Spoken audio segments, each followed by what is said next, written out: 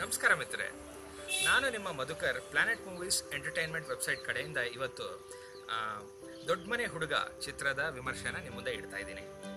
ದೊಡ್ಡ ಮನೆ ಹುಡುಗ ಬಹು ನಿರೀಕ್ಷಿತ ಚಿತ್ರ. ಸೂರಿ ಮತ್ತು ಪುನೀತ್ ರಾಜ್ಕುಮಾರ್ ಕಾಂಬಿನೇಷನಲ್ಲಿ ಮೂಡಿ ಬಂದಿರುವಂಥದ್ದು ಜನರಲ್ಲಿ ಬಹಳ ನಿರೀಕ್ಷೆಯನ್ನು ಹುಟ್ಟುಹಾಕಿತ್ತು.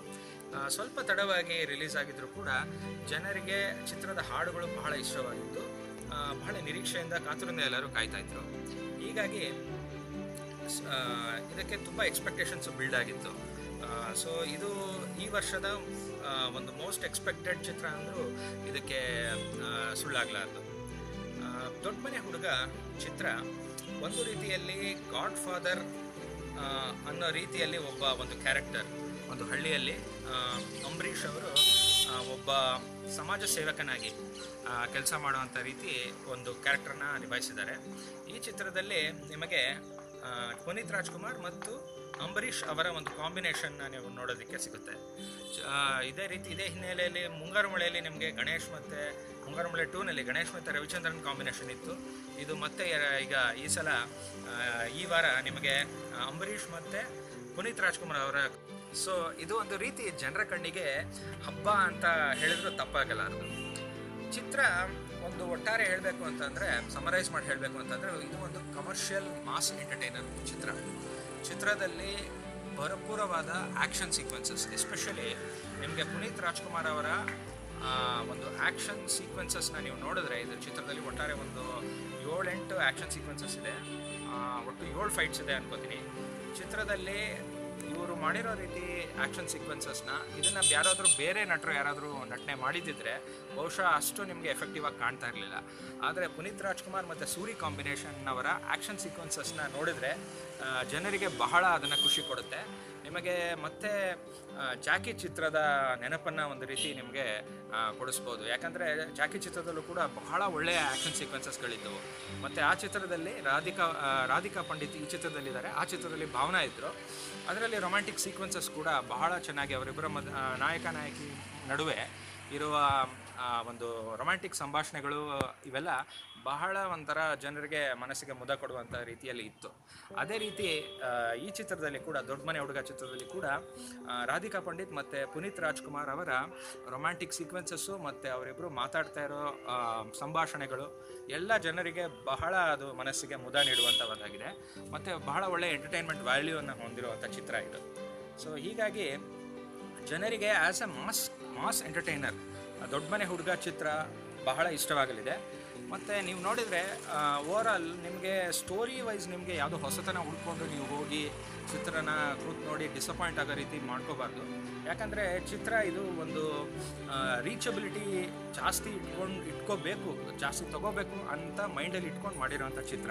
ನೀವು ನೋಡಿದ್ರೆ ಈಗ ಒಂದು ಮಾರ್ಕೆಟಿಂಗ್ ವ್ಯಾಲ್ಯೂ ಆಗಲಿ, ಈಗ ಫಾರ್ ಎಕ್ಸಾಂಪಲ್ ನಿಮಗೆ ಚಿತ್ರದಲ್ಲಿ ಅಭಿಮಾನಿಗಳೇ ನಮ್ಮನೆ ದೇವರು ಅನ್ನೋ ಅಂಥ ಒಂದು ಹಾಡನ್ನು ಅಳವಡಿಸಿದ್ದಾರೆ.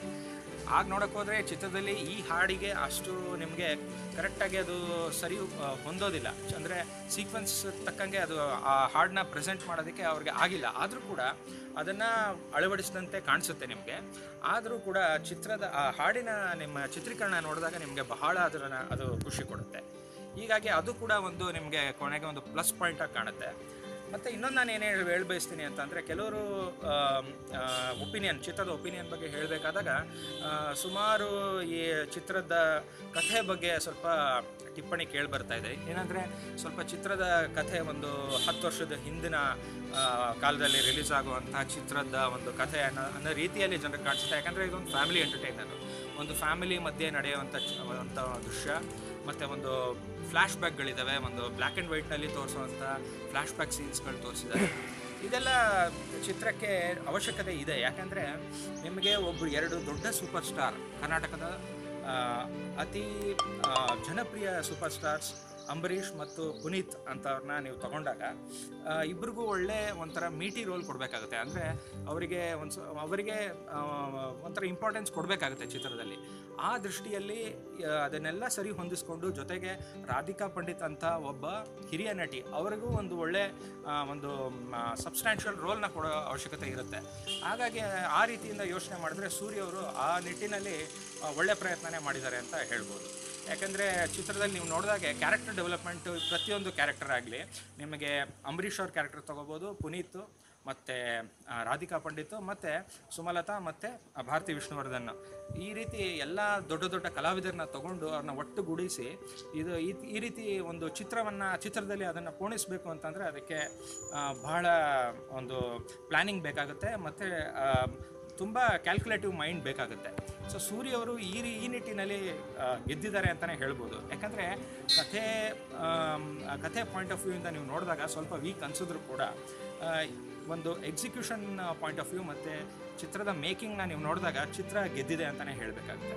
ಮತ್ತು ತುಂಬ ಪಾಪ್ಯುಲರ್ ಆಗಿರೋ ಹಾಡುಗಳು ಚಿತ್ರದಲ್ಲಿ ನಿಮಗೆ ಎಸ್ಪೆಷಲಿ ನಿಮಗೆ ಒಂದು ತ್ರಾಸಕತಿ ಅನ್ನೋ ಒಂದು ಹಾಡನ್ನು ಜನರು ಬಹಳ ವರ್ಷಗಳವರೆಗೂ ಅದನ್ನು ಮೆಲುಕು ಹಾಕ್ತಾರೆ. ಆ ರೀತಿ ಹಾಡನ್ನು ಪೊಣಿಸಿದ್ದಾರೆ ನಮ್ಮ ವಿ ಹರಿಕೃಷ್ಣ ಅವರು, ಸಂಗೀತ ನಿರ್ದೇಶಕರು. ಬಹಳ ಚೆನ್ನಾಗಿ ಹಾಡಿನ ಚಿತ್ರೀಕರಣ ಕೂಡ ಆಗಿದೆ. ಜನರು ಎಲ್ಲ ತುಂಬ ಎಂಜಾಯ್ ಮಾಡ್ತಾರೆ ಈ ಹಾಡನ್ನು. ಮತ್ತು ನಿಮಗೆ ಇನ್ನೊಂದು ಪ್ಲಸ್ ಪಾಯಿಂಟ್ ಏನು ಅಂತ ಹೇಳಬೇಕು ಅಂದರೆ, ದೊಡ್ಡ ಮನೆ ಹುಡುಗ ಚಿತ್ರದ ಒಂದು ಸಂಭಾಷಣೆಗಳು ನಿಮಗೆ ಹುಬ್ಬಳ್ಳಿ ಭಾಷೆ, ಹುಬ್ಬಳ್ಳಿ ಧಾರವಾಡದ ಉತ್ತರ ಕನ್ನಡದ ಭಾಷೆಯ ಸೊಗಡನ್ನು ನಿಮಗೆ ಅವರು ಪರಿಚಯ ಮಾಡಿಸ್ತಾರೆ. ಜನರಿಗೆ ಇದೆಲ್ಲ ಬಹಳ ಒಂದು ರೀತಿ ಇಷ್ಟವಾಗುವಂಥ ಫ್ಯಾಕ್ಟರ್ಸ್ಗಳು. ಹೀಗಾಗಿ ಚಿತ್ರ ಓವರಾಲ್ ನಿಮಗೆ ಮಾಸ್ ಎಂಟರ್ಟೈನರ್ ರೀತಿಯಲ್ಲಿ ಫುಲ್ ಎಂಟರ್ಟೈನ್ಮೆಂಟ್ ಕೊಡುವಂಥ ಒಂದು ಸಾಮರ್ಥ್ಯವನ್ನು ಹೊಂದಿದೆ. ಒಂದು ಇಂಟೆಲೆಕ್ಚುಯಲ್ ಮೂವಿ ಅಥವಾ ವರ್ಲ್ಡ್ ಸಿನಿಮಾ ಅಂತ ನೀವು ನೋಡಿಕೊಂಡು ಆ ರೀತಿ ನಿಟ್ಟಿನಲ್ಲಿ ಹೋಗಿ ಡಿಸಪಾಯಿಂಟ್ ಆಗೋ ಬದಲು ನೀವು ಇದನ್ನು ಒಂದು ಫ್ಯಾಮಿಲಿ ಎಂಟರ್ಟೈನರ್ ವಿತ್ ಫ್ಯಾಮಿಲಿ ನೀವು ಹೋಗಿ ಕುತ್ಕೊಂಡು ಎಂಜಾಯ್ ಮಾಡಿ ನೋಡಿದ್ರೆ ಖಂಡಿತ ಜನರಿಗೆ ಇಷ್ಟ ಆಗುವಂಥ ರೀತಿಯಲ್ಲಿ ಸೂರಿ ಅವರು ಮಾಡಿದ್ದಾರೆ. ಜೊತೆಗೆ ಇನ್ನೊಂದೇನು ಹೇಳಿ ಬಯಸ್ತೀನಿ ಅಂತಂದರೆ, ಚಿತ್ರದ ಆ್ಯಕ್ಷನ್ ಸೀಕ್ವೆನ್ಸಸ್ ಮತ್ತೊಮ್ಮೆ ಬಹಳ ಚೆನ್ನಾಗಿ ಮೂಡಿಬಂದಿದೆ. ಫಾರ್ ಎಕ್ಸಾಂಪಲ್, ನಿಮಗೆ ಒಂದು ಚಿತ್ರದ ಒಂದು ದೃಶ್ಯದಲ್ಲಿ ಪುನೀತ್ ರಾಜ್ಕುಮಾರ್ ಅವರು ಒಂದು ಕುಡಿದ ಅಮಲಿನಲ್ಲಿ ಒಂದು ಫೈಟ್ ಸೀಕ್ವೆನ್ಸ್ ಇದೆ. ಆ ಸೀಕ್ವೆನ್ಸ್ನ ನೀವು ತಪ್ಪದೆ ನೀವು ನೋಡಿ, ನಿಮಗೆ ಬಹಳ ಅದು ಎಂಟರ್ಟೈನ್ಮೆಂಟ್ ಕೊಡುತ್ತೆ. ಜೊತೆಗೆ ಈ ಚಿತ್ರದಲ್ಲಿ ಪುನೀತ್ ರಾಜ್ಕುಮಾರ್ ಅವರು ಬಹಳ ಚೆನ್ನಾಗಿ ಸಂವಾದನೆ ಮತ್ತು ಸಂಭಾಷಣೆಗಳನ್ನು ಮಾಡಿದ್ದಾರೆ. ಅದೆಲ್ಲ ಜನರಿಗೆ ಹೇಗೆ ಅನಿಸುತ್ತೆ ಅಂತಂದರೆ, ನೋಡ್ತಾನೆ ಇರಬೇಕು, ಕೇಳ್ತಾನೆ ಇರಬೇಕು ಪುನೀತ್ ರಾಜ್ಕುಮಾರ್ ಅವರ ವಾಯ್ಸಲ್ಲಿ ಅಂತ ಅನ್ನೋ ಒಂದು ರೀತಿಯಲ್ಲಿ ಬಹಳ ಚೆನ್ನಾಗಿ ಅದನ್ನು ತೋರಿಸಿದ್ದಾರೆ ಸೂರಿ ಅವರು. ಆದರೂ ಕೂಡ ಜನರು ಹೇಳ್ತಾ ಇರೋ ಹಾಗೆ ಕಥೆಯಲ್ಲಿ ಇರೋ ಹೊಸತನ ಹುಡುಕೊಂಡು ಹೋದರೆ ನಿಮಗೆ ಸ್ವಲ್ಪ ನಿರಾಶೆ ಆಗ್ಬೋದು. ಆದರೆ ಒಟ್ಟಾರೆ ಜನರಿಗೆ ಅದು ಇಷ್ಟ ಆಗುತ್ತೆ ಮತ್ತು ಕನ್ನಡ ಚಿತ್ರರಂಗಕ್ಕೆ ಅದು ಲಾಭವನ್ನು ತಂದುಕೊಡುತ್ತೆ ಅಂತ ಆಶಿಸುತ್ತಾ ಇಲ್ಲಿಗೆ ನನ್ನ ವಿಮರ್ಶೆಯನ್ನು ಮುಗಿಸ್ತಾ ಇದ್ದೇನೆ. ನಮಸ್ಕಾರ.